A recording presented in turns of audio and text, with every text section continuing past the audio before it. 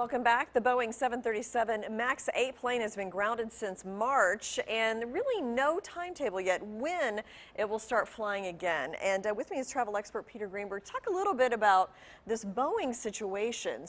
Well, it's not just a Boeing situation, it's a Boeing and FAA and airline situation. Okay. And it goes back to when the FAA was established by an act of Congress back in 1935. And when it was legislated into existence, it was given a conflicted mandate which it could never perform efficiently. What was that mandate? Part one, enact and enforce aviation safety regulation and policy. Good idea. Part two, here's the problem, promote the business of aviation. You cannot do both.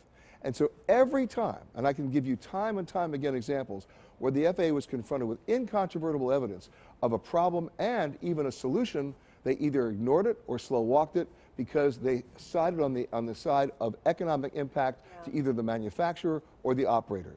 This has been going on since 1935. So what we're seeing with the Boeing 737 MAX is finally an explosion of evidence that's been going on since 1935, right?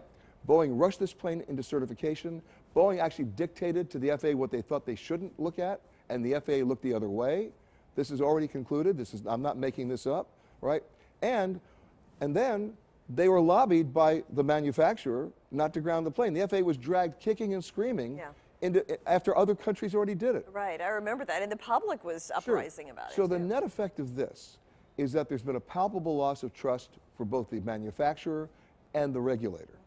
You see countries right now making public statements that they're no longer going to depend on what used to be the leader in aviation safety, and it should be, by the way, the FAA, to determine when this plane can fly again. So even if the FAA says tomorrow, okay, we certified the MAX 30 that's going to fly, it's going to be safe, the folks in Canada said, not so fast, we want to certify it. The folks in Ethiopia are saying, we're never going to fly that plane again.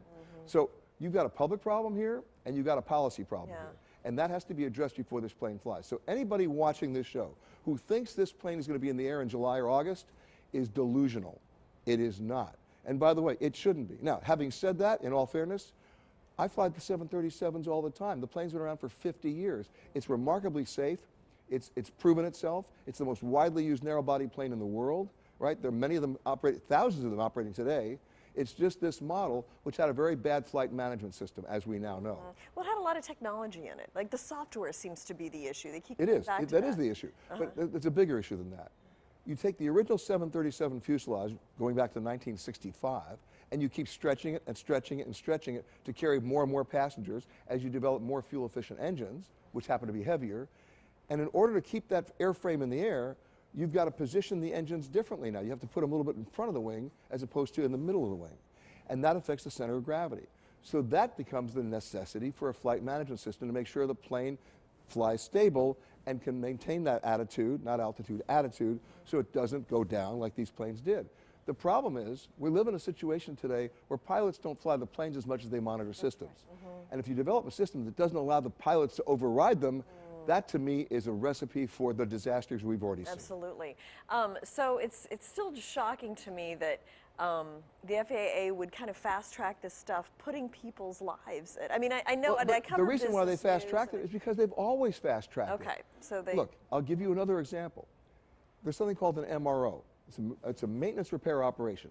That's who maintains the planes, the maintenance guys, right? More and more airlines are outsourcing their maintenance to foreign operations, right? By the way, the foreign operations do a very good job. They're in El Salvador, they're in the Philippines, great. Where's the oversight? The FAA doesn't have the manpower, doesn't have the resources to send inspectors there to look at the work. Even if an FAA inspector wants to go look at the work, he has to A, ask permission from his supervisor, and assuming he gets it, he has to give that MRO a 7-day notice that he's coming. That's like the health department telling the restaurant, we're going to see the kitchen in a week. Think the kitchen's going to pass inspection? It gets worse. Once the inspector gets there, he or she doesn't have enough time to actually look at the work. All they're doing is looking at the paperwork. Anybody can tick off a box. This is a problem that's been around since 1935. Okay, and it's coming to roost now. You it bet. Sounds like there's reforms needed. You think? Is anybody doing that? Is anybody proposing anything? Well, we have the inspector generals of 2 or 3 different cabinet agencies looking at this. We have, obviously, the FAA hearings on Congress. We have an administrator who has not yet been confirmed yet because jury's out right now. Everybody's saying, wait a minute, let's take this slowly. And as long as they're going to take that slowly, this plane won't be in the air probably till the first quarter of next year. And even if it is, you've seen the surveys.